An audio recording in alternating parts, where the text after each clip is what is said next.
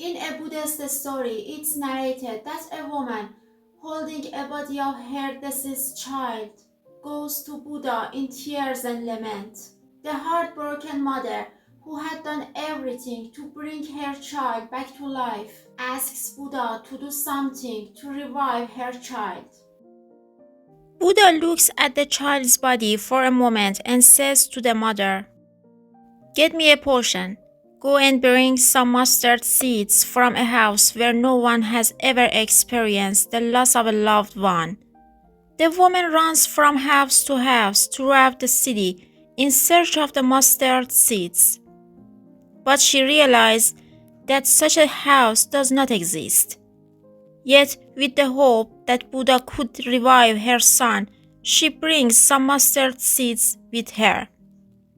Buddha asks her, "Did you procure the seeds from a house where its occupants never experienced the death of loved ones?" The mother starts crying and says, "I searched the entire city, but I couldn't find such a house as you described." And in that moment, she realized that Buddha intends to acquaint her with the truth that death is a phenomenon common to all humans, and impermanence is one of the fundamental attributes of this world. Hello everyone, my name is Titi. Welcome to my YouTube channel. I'm here to continue our journey together and have a better life. According to the Buddhist tradition, life has three main characteristics. 1. Everything in life is temporary. 2. Everything is constantly changing. 3. The feeling of dissatisfaction and discomfort is an inseparable part of every human's life. Anicca is a term and a Buddhist principle meaning the impermanence of the world, signifying that life is constantly changing. Existence is like a river flowing. Yesterday's river is not the same as today's river, just as this moment is not meant to be same as the next moment, and therefore tomorrow is not meant to be like today. Buddha explains that life has many ups and downs, and one should not become attached to its hardships or pleasures.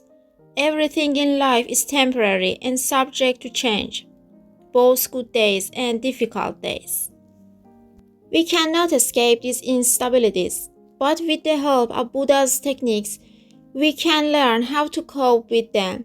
So stay with me until the end of the video to learn a useful and practical method from Buddha's 3 recommendations, which we can use throughout life not only to accept the changes and ups and downs of life, but also to be happy and grow with them.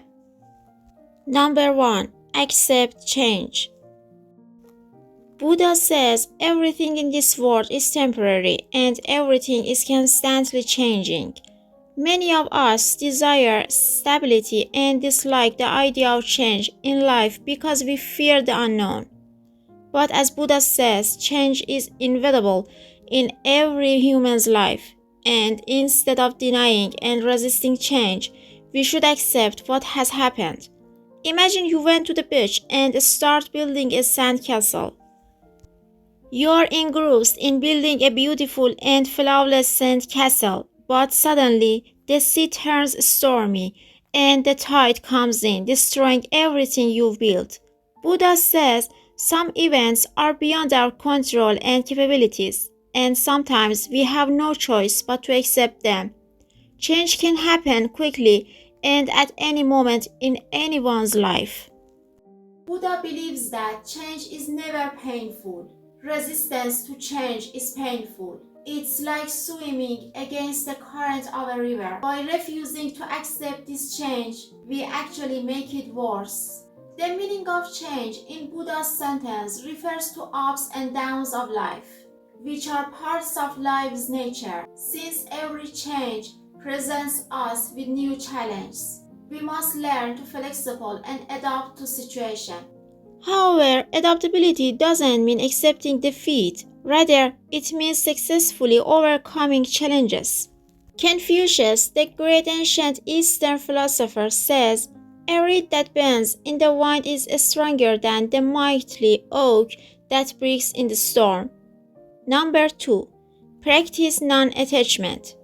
In Buddha's words, the root of human suffering is attachment. We usually become attached to things that bring us happiness and comfort. But sometimes, if we pay attention, we realize that we are attached to something without reason, only because we fear losing it. While that thing neither brings us happiness nor pleasure, and it doesn't benefit us. One day, Buddha asked his monks by a river, if someone is to build a boat and use it to cross from one side of the lake to the other, should they continue carrying the boat with them after reaching their destination, or should they abandon the boat and continue their journey on dry land? Striving to achieve our goals is excellent, but the problem is that we allow those things to become a heavy burden on our shoulders, actually stealing our peace.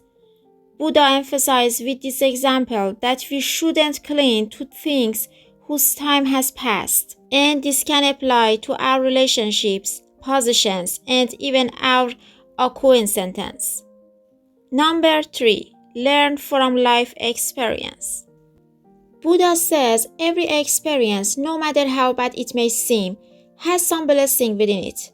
When we accept change and learn from it, change is no longer our enemy, it becomes our teacher. In fact, the ups and downs of life propel you toward becoming a better person. Perhaps you are on the verge of doing something big, like starting a new business, but you are afraid of failure. You should know that everyone makes mistakes, and even the most successful persons have experienced failure at some point in their lives. When you fail, allow it to be an opportunity for learning and growth. And ultimately, Buddha sees meditation as a way to contemplate the impermanent nature of the world and achieve inner peace. Buddha recommends that at the end of each day, for 5 minutes, in a quiet place, focus on your mind and breathe. With deep and controlled breathing, calm your mind through meditation. Think about the challenges, hardships, and ups and downs you have experienced in your life, both good and bad, and how you have overcome them. Think about those around you, the people in your town, and persons all over the world who are facing different challenges or joys right now. Consider that at this very moment, while we are meditating, some families in another part of the world may be displaced due to a war that has occurred. It's possible that at this moment someone has lost their job or all of their positions due to an incident, while another person may have won a big lottery today. Someone might be attending their wedding ceremony today and experiencing their first love, while another couple may be in court getting a divorce at this moment. When you think about all these scenarios, you'll understand the nature of life. Life can change every moment, bringing both fortune and misfortune. Changes that are beyond your control. If today no unfortunate events have happened to you during meditation, be happy and grateful for that. Certainly, there were people beside you today who had less luck. If you are going through a phase where you are overcoming difficult days, know that you are not alone in facing hardships, and these circumstances will also change. Buddha says when you go through tough times in your life, know that those hardships and challenges are not sent to destroy you, but rather to strengthen and empower you, to make you valuable. Thank you for being with me. Don't forget to subscribe channel and like the video. Take care all of your moments.